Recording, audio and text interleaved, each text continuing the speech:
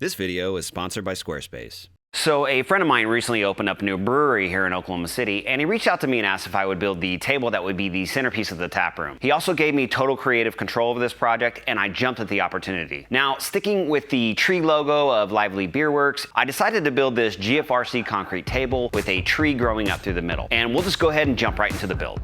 To get started, I'll build the concrete form using a 4x8 sheet of melamine, which moving this around the shop is a nice little workout.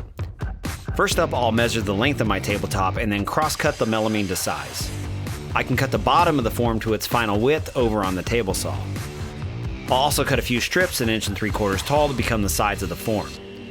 To attach the sides, I'll first pre-drill my holes and then attach them to the sides of the form with some screws.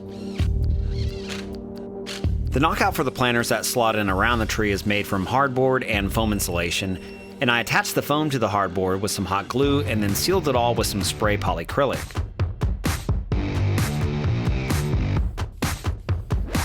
Next, I used some silicone caulk to attach the knockout to the melamine form.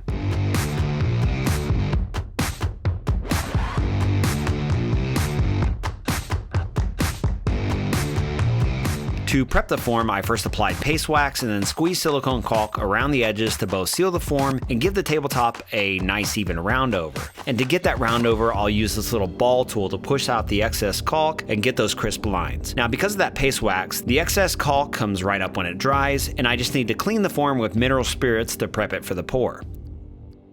The concrete I'm using for this table is commonly referred to as glass fiber reinforced concrete, or GFRC. The fibers I use are polymer fibers, so I guess technically this isn't GFRC, but just know this stuff is much stronger and lighter than the concrete you'll buy at Home Depot or Lowe's. I got this mix from Fishstone Concrete, and it's their HP50 mix. I mixed up the admix and the pigment to the water before combining those wet ingredients with the concrete.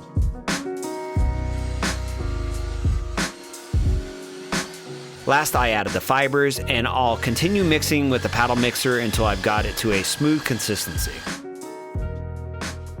I poured this mixture into the form and began working it around all the edges and around that center knockout.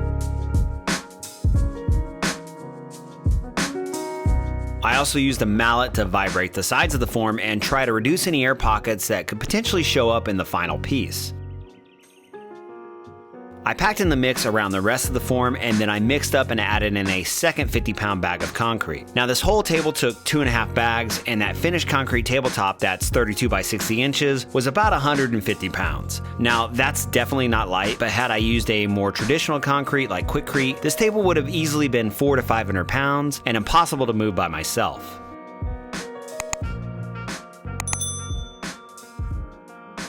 After getting the bottom as even as I could, I covered the pour with plastic to hold in the moisture and slow that rate of curing, which makes the tabletop stronger.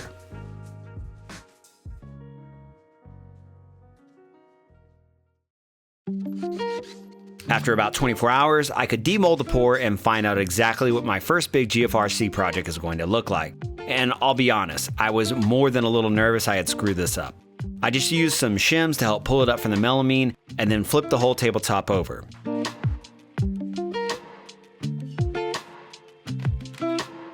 Next, I removed the knockouts and cleaned up any excess silicone left on the tabletop. Now, I must say I was pleasantly surprised. It came out exactly how I was hoping, and the knockout for the tree matched my dimension drawings exactly. I wet sanded the tabletop with 400 grit sandpaper, making sure not to be too aggressive and expose the fibers underneath, and then moved on to applying this Fishstone 2-part concrete sealer.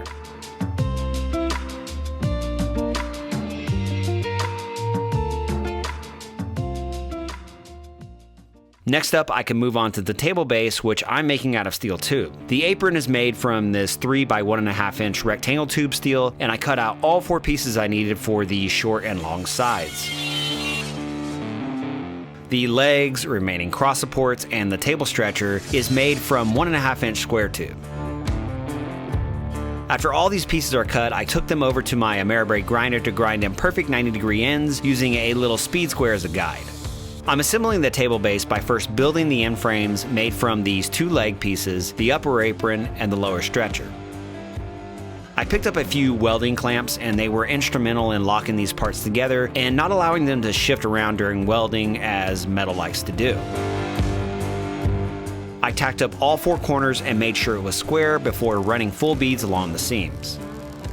I made a second end frame before moving on to attaching the long aprons, and I just set the end frames on the floor using a few clamps to help it stand up.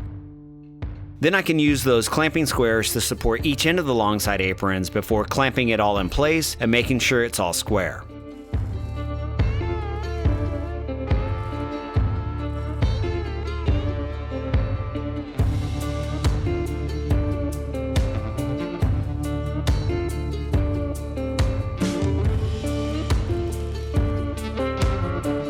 The last part of the table base is that lower stretcher, which again I'm using 1.5 inch square tube. I cut the pieces to a rough 45-degree miter with an angle grinder and then refine those 45-degree angles using the belt grinder and the 45-degree side of my speed square. Anyone who's tried to cut perfect miters with metalworking tools can attest how frustrating it can be to get angles that line up, and this is by far the best method I've tried.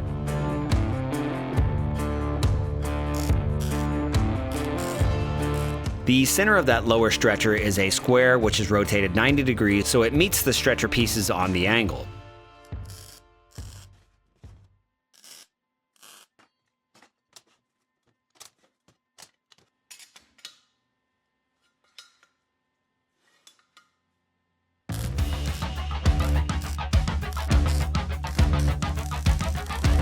With the square frame finished, I need to notch out the mating pieces so they fit on the point of those angles. Again, I'm just rough cutting these with an angle grinder and then using the belt grinder and a square to refine those 45s. I just need to line it all up, making sure the stretcher is straight across the length and weld it together.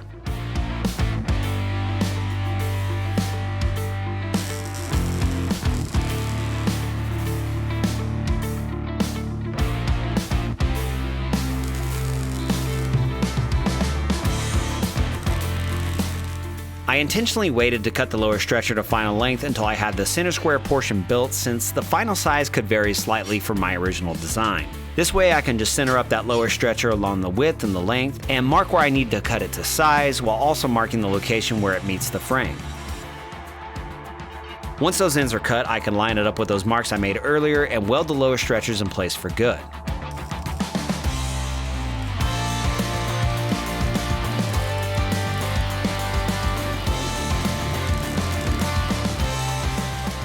I hired a friend of mine with a plasma CNC to cut out the pieces for the middle planners, and man, I really need to get one of these someday.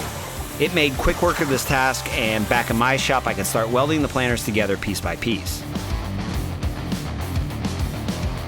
First I'll build out the internal structure of each planner, just tack welding the pieces in place as I go.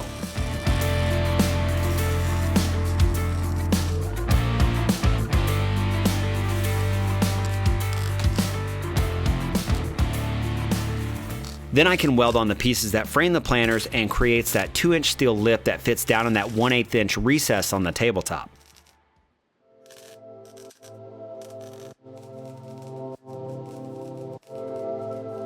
Jumping quickly back to that tabletop, I mixed up a slurry coat of concrete to fill some voids I had on the pour. And this slurry is just concrete mixed up without any fibers, and this just gets hand rubbed into those voids. I one-wheeled the table base outside so I could do a bit of grinding on those weld beads that will contact the tabletop. I also prepped the whole base for paint using a wire wheel on my angle grinder.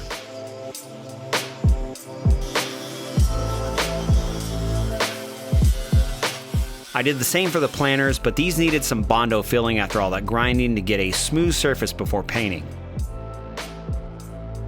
I applied the Bondo to the steel lip and let it dry for a few hours, and while we wait for it to dry, I want to tell you about the sponsor of today's video, and that's Squarespace. Whether you're a maker like me, run a business, have a blog, or just need an online portfolio, Squarespace is the all-in-one place to build your website using Squarespace's award-winning website design. Squarespace has beautiful templates that allow you to create your amazing website with no website design experience needed. And you can browse those templates on the Squarespace website and preview them until you find the one that's perfect for you. And trust me when I say Squarespace is so easy to use. I created my own website using Squarespace almost 2 years ago. You want to sell products? Well, Squarespace has all the e-commerce tools you need to get your business off the ground. Need to put on a class or a workshop? With Squarespace, you can add online booking and scheduling. Want to go mobile? With Squarespace, each design includes a mobile version. And let me show you how easy it was to create the blog write-up for this table on my own website. I just start a new blog, copy and paste the text, drag and drop in the pictures and the video clips, hit publish, and I'm done. It's that simple. Head over to squarespace.com/JohnnyBuilds to check out your 14-day free trial. And when you're ready to launch, go to squarespace.com and use code JohnnyBuilds for 10% off of your first purchase of a website or domain. Thanks, Squarespace.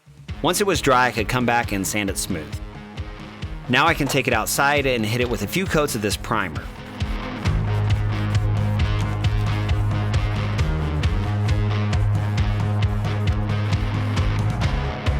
I did the same for the table base before remembering I still need to add the threaded end caps for the leveling feet. I'm just making these using some bar stock that I had laying around and drilling some holes for the leveling feet to slot through over on the drill press. Next, I'm adding the nuts for the leveling feet, using them to hold the nut in place while I tack weld it. I made all 4 threaded end caps and then cut them apart over my bandsaw.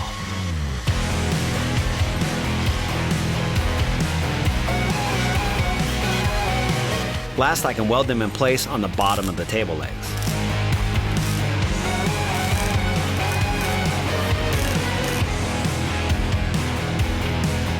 Okay, back to painting. I used this flat black spray paint and painted over the primer coats on the planters. Once I had 3 coats on the planters, I sealed the inside with some silicone caulk to prevent any water from leaking anytime those plants are watered. I also gave the table base 3 coats of flat black spray paint before sealing with some spray lacquer. The last thing I need to build is the lower planter box, which I'm making out of some Baltic birch plywood, and this will slot down inside that center square of the lower stretcher. I cut a couple strips of plywood to cut my sides from, but quickly realized I've yet to make a proper crosscut slit for my table saw. Luckily, I just got the sliding table extension for my saw stop, so I quickly assembled it on my saw and used it to cut those 45-degree miters on the 4 panels for the box.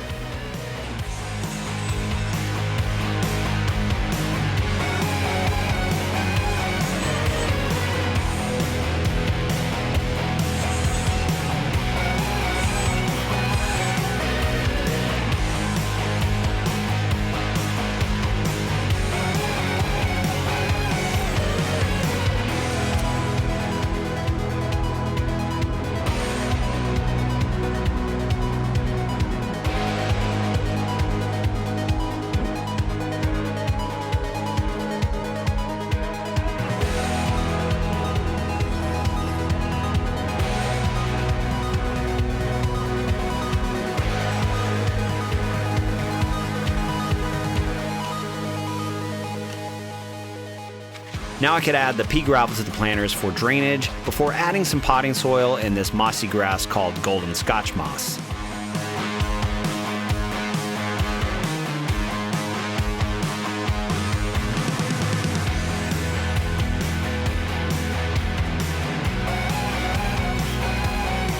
The next day I brought the table to the brewery for the install, and I'm attaching the tabletop with some construction adhesive and then sealing the edge with silicone. On that tree planter, I added some more pea gravel for drainage. I placed the planter into the lower stretcher. Next, I added the tree, and then I slotted the planters down and around it.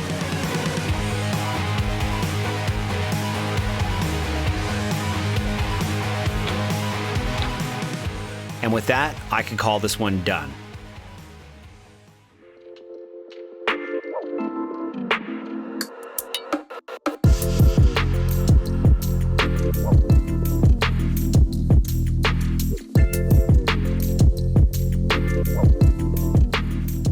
I am blown away with how cool this table turned out. I've never seen anything quite like it, and I think it'll be the table that people gravitate towards too in this tap room. I'm predicting a lot of selfies at this table in the future, but it's too bad the tap room is closed during the pandemic. For now, we'll just have to imagine folks using it. I'll post some videos on my Instagram of people using it once the tap room is open again, and until then, cheers. Hey everybody, thanks for watching. I've got another video I think you'll really enjoy queued up right here and here. Also, I've got a whole list of cool projects coming up on this channel, so make sure you get subscribed by clicking down here. And as always, if you watch to the end, comment this. Thanks for checking this one out, and I'll see you back here next time.